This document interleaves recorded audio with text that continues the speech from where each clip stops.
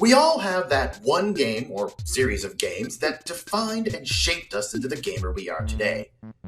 For me, Metroid is not that game series. That's my brother. What does this mean for me? I have to wait till he's done until I can play Metroid Dread.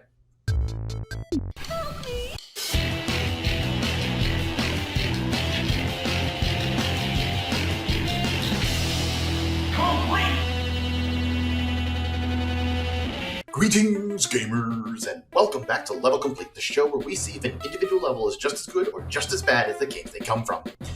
With Metroid Dread just around the corner, I wanted to take another look at the game that chronologically comes before it, Metroid Fusion.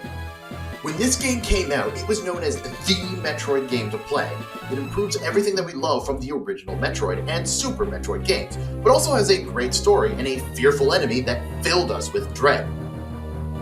Oh, that's why they called it that. Whenever I think about Metroid Fusion, one thing always comes to mind, or rather, one particular boss, the SAX. Yet there is another boss that fans of the series calls the hardest boss in the game, aptly called the Nightmare.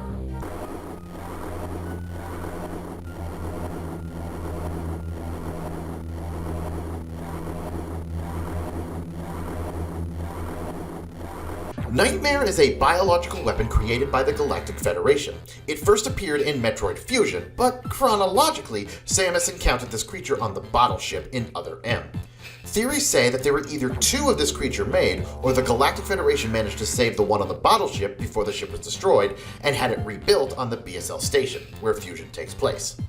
Nightmare was outfitted with 6 lasers on its arms, and a gravitational field that slows down both itself and Samus's movements. In Fusion specifically, it gets infected by an X-parasite, which bestows Samus with the gravity suit. Nightmare is a formidable-looking creature, and the ability to affect gravity can make battling it difficult. On top of that, the game itself plays Nightmare up as some dangerous creature that can destroy the entire station. Yet, just because a boss is hard, does that mean it's a good part of the game? Metroid Fusion got an average rating of 9 out of 10. Let's see how Nightmare, and the level leading up to it, fares. You meet Nightmare in Sector 5, but not immediately. Your first pass of the sector goes the same as it does with the start of the other sectors. You search for the security room to unlock the next tier of security doors in order to get to the data room so you can acquire a weapon upgrade or something. Ice missiles in this case. Enemies aren't too difficult or even new for the average Metroid player, and the music has that calm, even beautiful ring to it, like it's being played on the icicles that cover the sector. This all has one purpose: to lull you into a false sense of security, for when you go back to leave the sector, you get a good look at Nightmare's shadow. Personally, I love this. At this point, you have no idea who or what makes this shadow. It puts you on edge as you believe you are walking into a boss fight, before the game completely terrifies you with Emergency in Sector 3. Emergency in Sector 3. Emergency in Sector 3. At first, you think this emergency is caused by that large flying creature whose shadow you saw. But this is a juke, a ruse. The emergency in Sector 3 was purposefully placed at this point in the game to make you forget about that shadow you saw. Yet if you think that the game is going to let you forget it forever, you've got another thing coming. Your second pass-through of Sector 5 gives you even more anxiety. This time, you head for the data room to obtain power bombs, and on your way there, you see Nightmare's shadow once more, but this time, it's accompanied by more upbeat music, as you have yet to actually get to the icy part of the level. What really gets you is on your way back. You find one of the hatches destroyed, telling you that the dreaded SAX is in the sector, and it doesn't take long until you find it. Luckily, the SAX doesn't see you immediately, allowing you to duck behind a pillar, but you seem trapped. A quick set of a few bombs shows you a spot for your power bombs, so you think this is your way out. But this is a trap. Using a power bomb destroys the pillar and alerts the SAX. On top of that, the tunnel covered by the power bomb block is a dead end. The way out is above it, only requiring a regular bomb to open it. I was too smart to fall for that, though, so I managed to escape without the SAX even knowing I was there. This Emmy from Metroid Dread better be a step up if it wants to match against these skills. You leave Sector 5 once more, and you don't come back until after you obtain the plasma beam. This time, Samus is told that there was an explosion, and it's soon revealed that the explosion was caused by Nightmare itself. Once in Sector 5 again, you'll find a lot of the glass, platforms, and even hatches that are completely destroyed, yet the shadow of Nightmare is nowhere to be found. The enemies here are pretty much the same as before, at least until you get to the submerged part of the level, where you'll encounter X-parasites in the form of space pirates. Killing the fishes swimming with them will fuse the two of them together, creating an aquatic form of space pirate that can swim fast, making it hard to dodge them as water slows you down.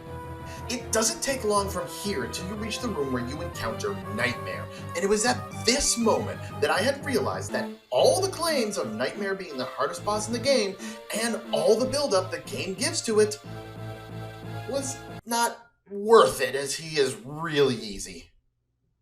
Yeah, it has that gravity device and also a face that only a mother could love, but during the fight, I basically threw myself at it, taking so much unnecessary damage, and I still won with half my health intact. Yes, I know about the trick that makes you take no damage if you space jump through its arms if your beam is fully charged, but honestly, it's not needed. When my missiles no longer reached his gravity device, a fully charged plasma beam did the trick, and when that was destroyed, a perfectly aimed barrage of missiles, or two, to the face took him down rather quickly. Now, just because I say it's an easy boss fight, doesn't mean it's not a good one. If you also find this boss easy, but remember having difficulties with it in the past, well, I think that was intentional, because the whole boss fight plays on your fear. The game shows and tells you how terrifying Nightmare is, from seeing its shadow fly around in the background, to the computer telling you that it possesses uncommon power and that, if left alone, it could destroy the whole station, to you physically seeing the damage it has caused in Sector 5. This was all designed for you to be terrified of Nightmare, so that once you get into the fight, you play cautiously. Its movements and attacks are perfectly made to deal the most damage to someone who keeps their distance from Nightmare, when the reality of it all is that it doesn't do that much damage to begin with, and the best and easiest way to deal with it is to conquer your fear and face this Nightmare head on. Overall, I found this part of the game to still be enjoyable, and making this video has given me a newfound appreciation for Nightmare, making it my second favorite boss in the game, right under the SAX herself. Sector 5 as a whole is pretty to look at, and the music is okay, but with everything that happens in it, this will be the one sector that I always think of whenever the game comes to mind. Metroid Fusion got an average rating of 9 out of 10. I give Nightmare and the whole of Sector 5 a 9 out of 10.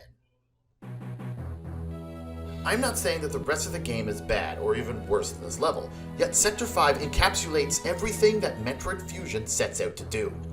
It has places to explore with many hidden areas, but it also has tense moments that fill you with dread, whether it's bumping into the SAX or encountering Nightmare itself.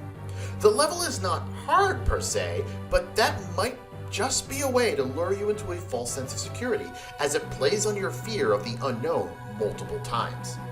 If you haven't done so in a while, I highly recommend you replay Metroid Fusion, even if all you do is to finally face your fears and conquer that nightmare.